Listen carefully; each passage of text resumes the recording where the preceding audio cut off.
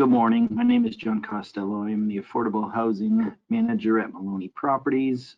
Maloney Properties, as you know from attending this meeting, is handling the income restricted lottery for the affordable units at CALA, which is located at 1060 Broadway in Somerville.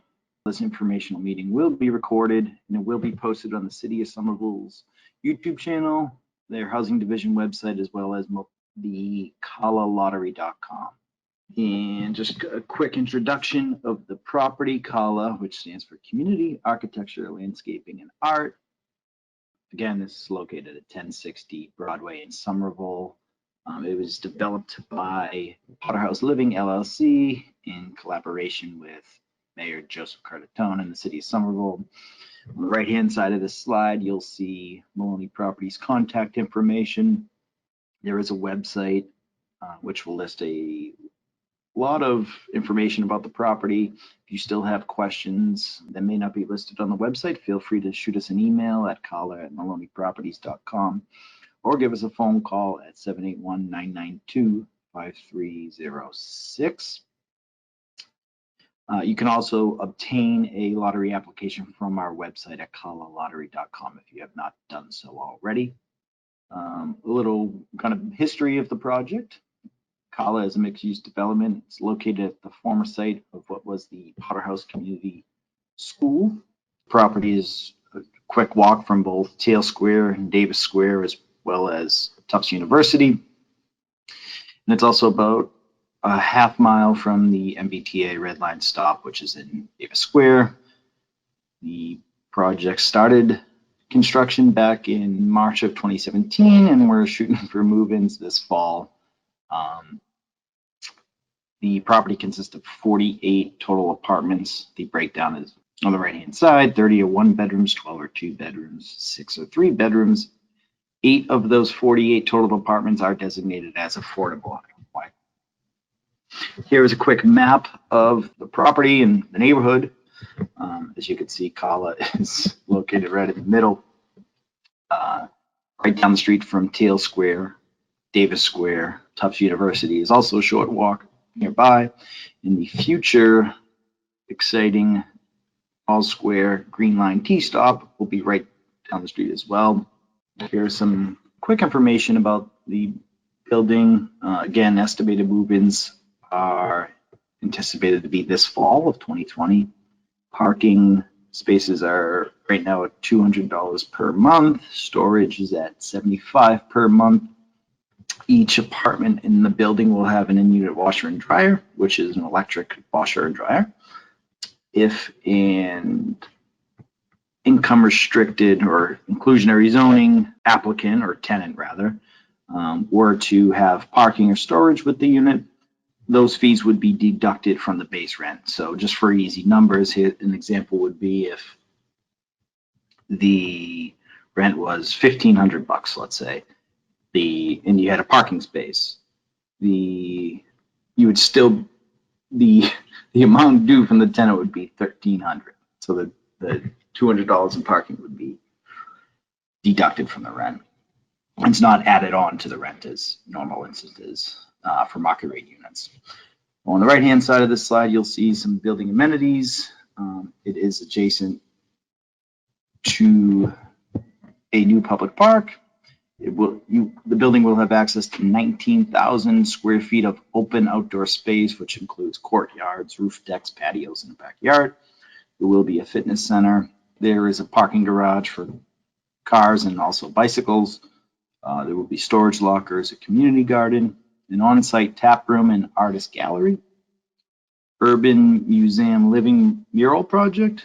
There's also a community room and lounge and a gourmet community kitchen.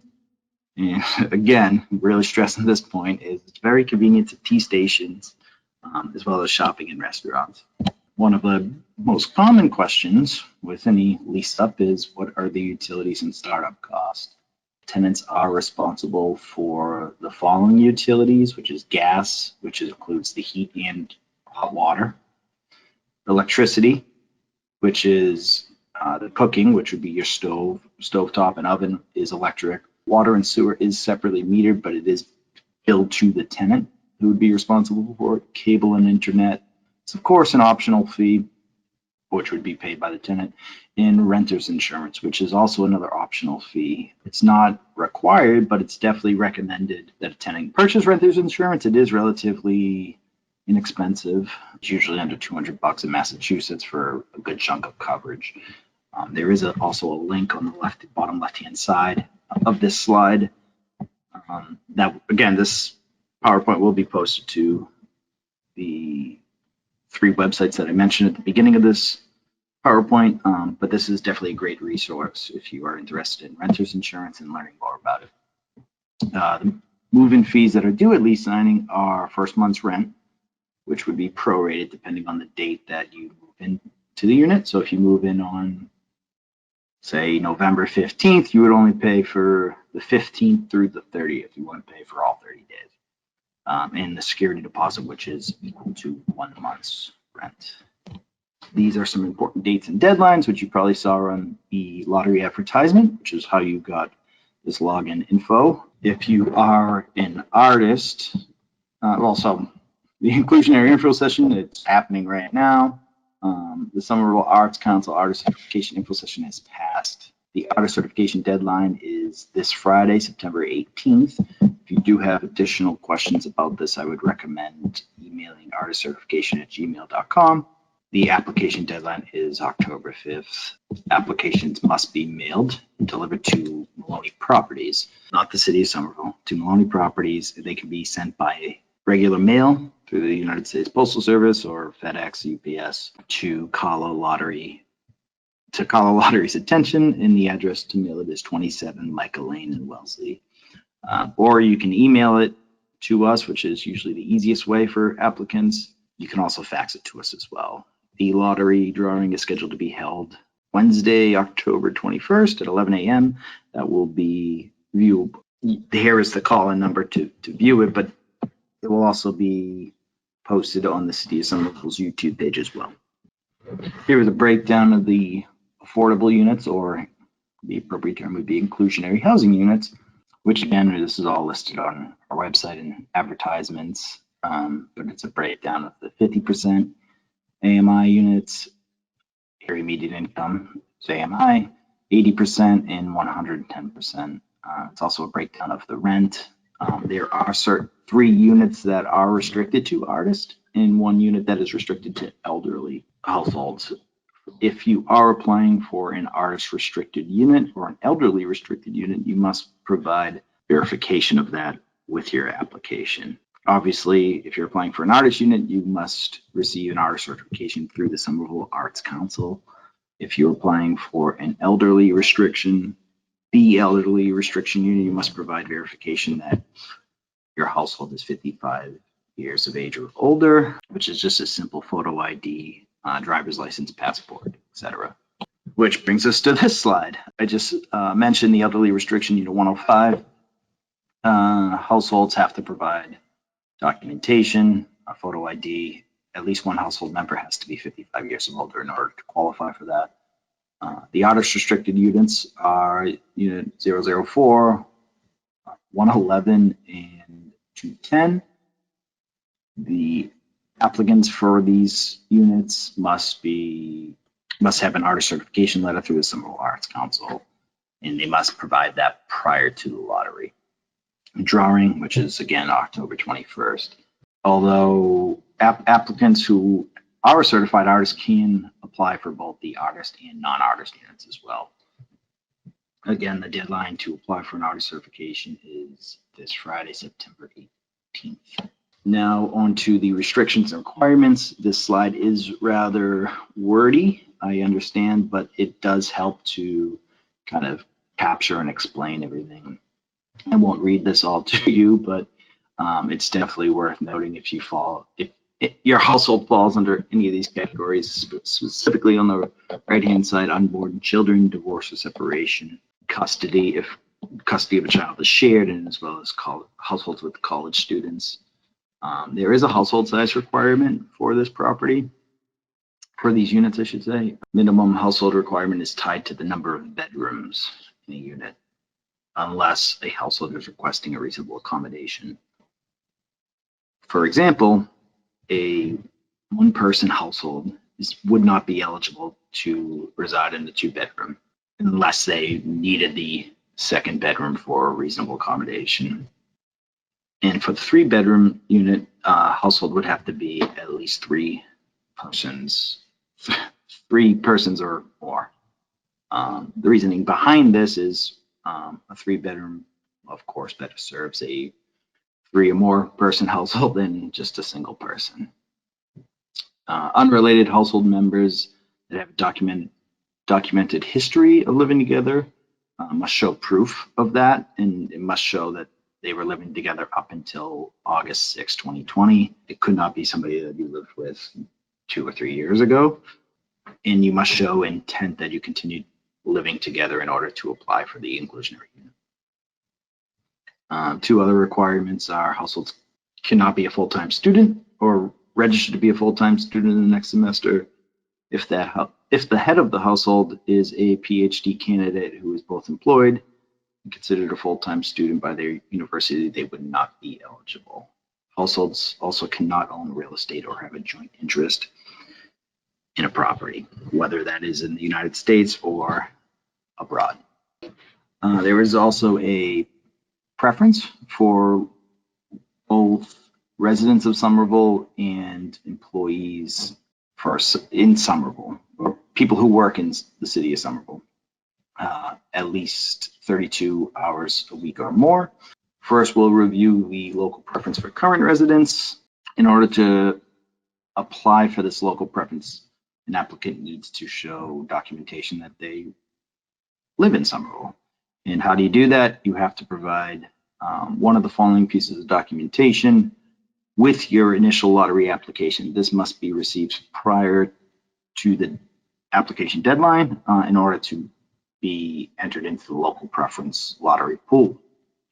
If documentation could not be provided, applicants would not be entered into that local preference pool. And any of the following documents would suffice.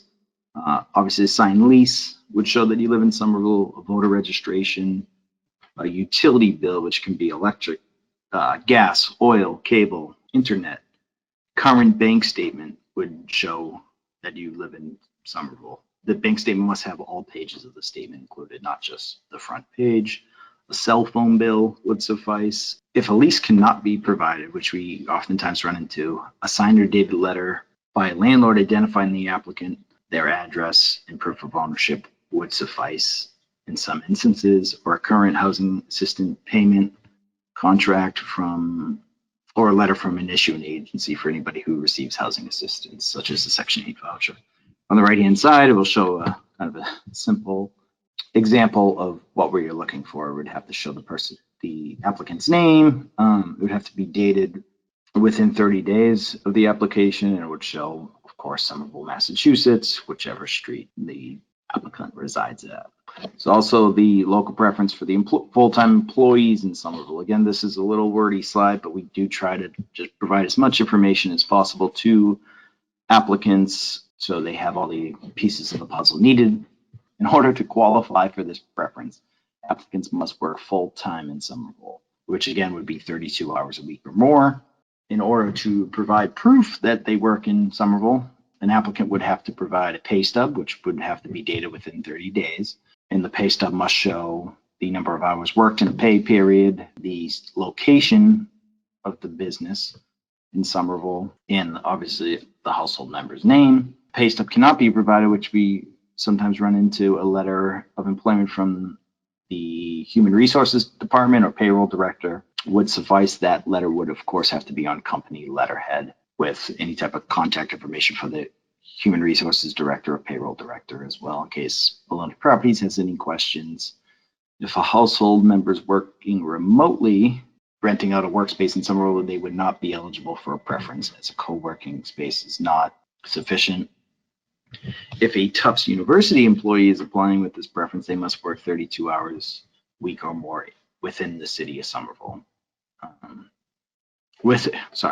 In a building within the limits of the city of Somerville. One important note is households whose usual place of work is in Somerville but are working remotely due to the COVID-19 pandemic may still be considered for the Somerville preference through reasonable accommodation. These households should obtain a letter from the company letterhead, on company letterhead detailing the applicants is temporarily working from home as a result of the pandemic and that they have an intent to return back to work when it is safe to do so, and hopefully that is sooner than later. That letter must also state the employee's name, location, and the number of hours worked in Somerville per week. It must be dated within 30 days of the application. Here is a quick example of a work letter. It's, again, got to be on company letterhead. It must be dated within 30 days of the application. Have the name of the applicant, where they work, and of course, a contact information for whoever is writing the letter, whether it's the HR department or payroll department. We've had applicants just simply present this example to their employer when they submit a letter. It's usually pretty helpful and clear cut as well.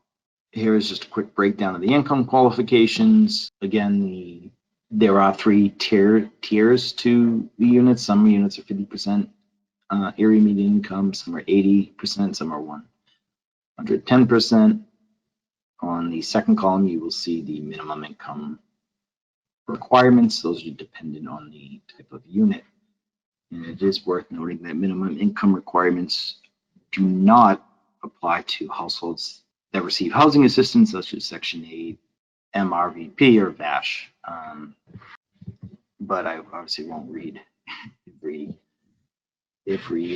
income category, but just kind of if this chart does not make sense, to simplify it, the second column is the minimum. For the other tiers, the 3 columns to the right-hand side are the maximum income requirements. What is considered income? Here is a quick breakdown of everything that is considered income. Income is calculated based off of current pay, not necessarily last year's pay. So some households, this is a common question that we receive, is some households say in 2019 on my W-2 I made $40,000, and then we receive their pay stubs and they got a raise and they're now making $50,000. So it's all based on your current income situation. Sources of income are kind of obvious: pay stubs. We get a lot of self-employment, particularly with applicants applying for artist units. We often get questions about that self-employment. So if you do have questions, please contact Maloney Properties about that as it pertains to self-employment income. And of course, Social Security, disability income, unemployment income, child support, alimony, pension, fundraising platforms, assistance from family or friends, whether it's reoccurring or not, regular or irregular, seasonal work, part-time jobs, commissions, tips, starting a business. Usually it's a smaller side business.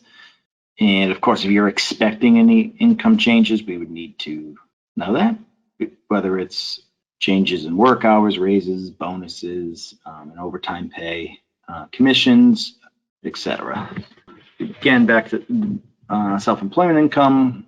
Self-employed household members, whether they're an artist or an Uber or Lyft driver, or they own their own business, must complete a profit or loss statement for each business that they are self-employed with at the time of income certification. That is not required at the time of application, but if you are selected after the lottery, the profit and loss statement must be provided, and it must indicate a month-by-month breakdown of revenues and expenses.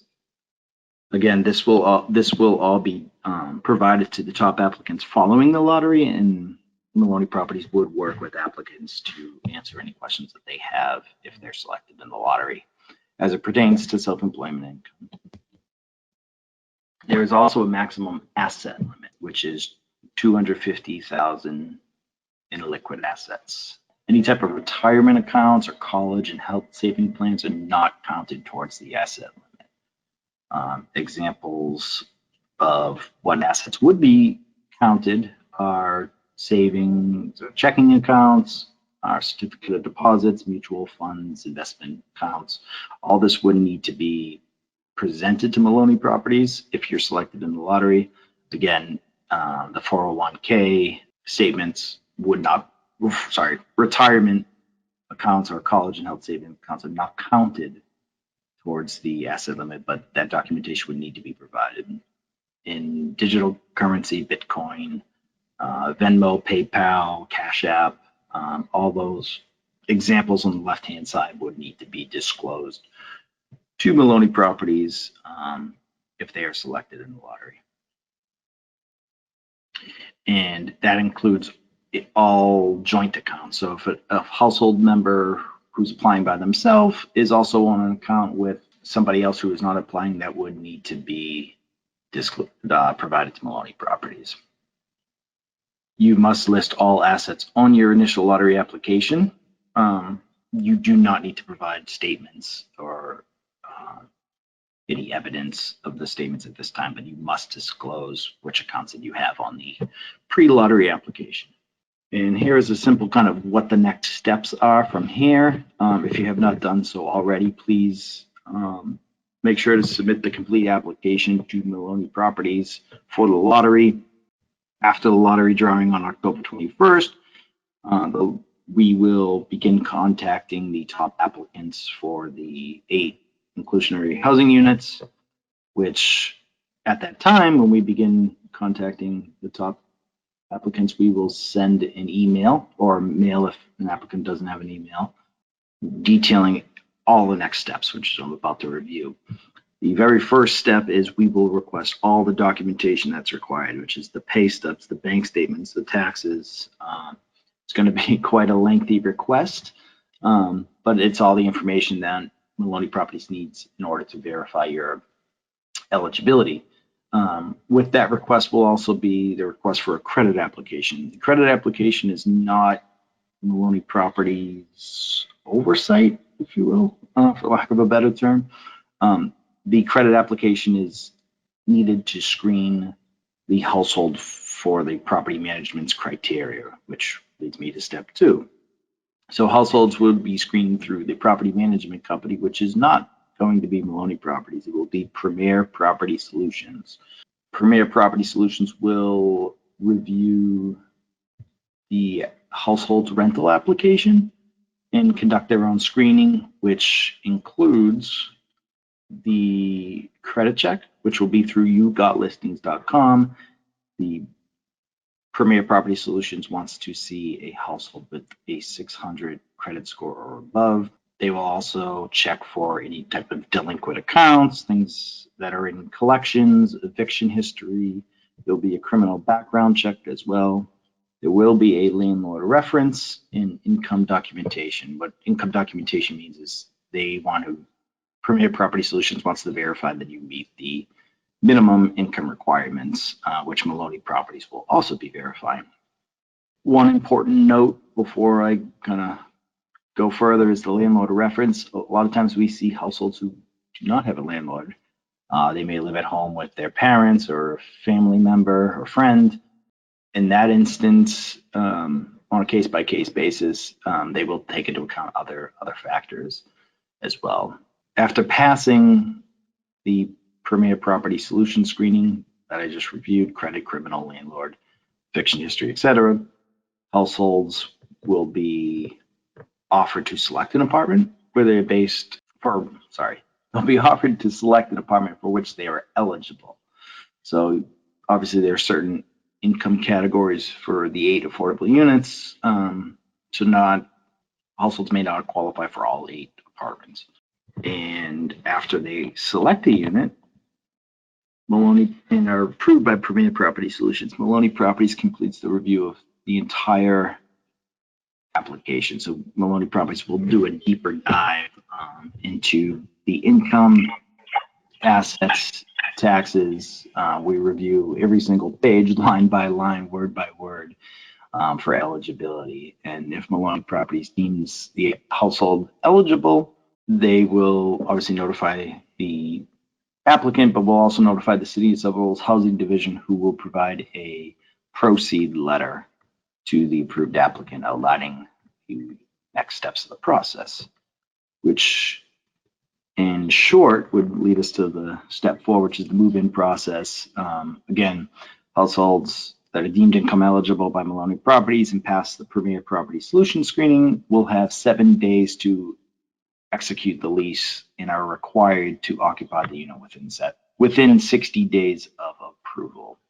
Applicants will, of course, be recertified on an annual basis prior to lease expiration. The reason being is these are inclusionary housing units that are geared towards certain area median income. So if a household were to move in and then they come up for renewal the following year and they hit the Powerball for $10 million, they would, of course, no longer be eligible. And the whole point of the recertification on an annual basis to ensure these units remain affordable to households that need them. At this time, it is, or at any time until their lease is executed, it is strongly advised that tenants do not give any notice to their current landlord and should only do so after a lease is offered or executed. Maloney Properties, as well as all parties involved with this process, do not want to see an applicant give notice and then something become discovered that makes them ineligible. And if the household were to do so, we wouldn't want them to have nowhere to turn or be on the verge of being homeless. So strongly advised not to give notice at this time or at any time until the lease is. Again, this brings us to the conclusion of our lottery presentation. If you have not done so already, you may get an application from CALAlottery.com. I would definitely suggest visiting the market rate website, which is CALA.live. It will show a gallery of some pictures and kind of familiarize you with the project. I think it's a great website, great resource. Applications are available through October 5th. Again, through CALAlottery.com or the City of Somerville's inclusionary housing page. And if you have questions, Maloney Property staff is available for any questions you may have. We definitely suggest visiting our website, which will list a lot of information about the project. And if you have questions, you may email us at CALA@maloneyproperties.com or give us a ring at 781-992-5306. We do ask that due to our volume for this lottery and for others, we just ask that you please allow our staff to up to 48 hours to respond. We almost always respond within 24 hours, but just due to pure volume, we do ask that you allow for up to 48 hours for Maloney Properties to respond. And that concludes today's information session. Again, the deadline to apply is October 5th. And if you have any questions, please contact Maloney Properties. Thank you.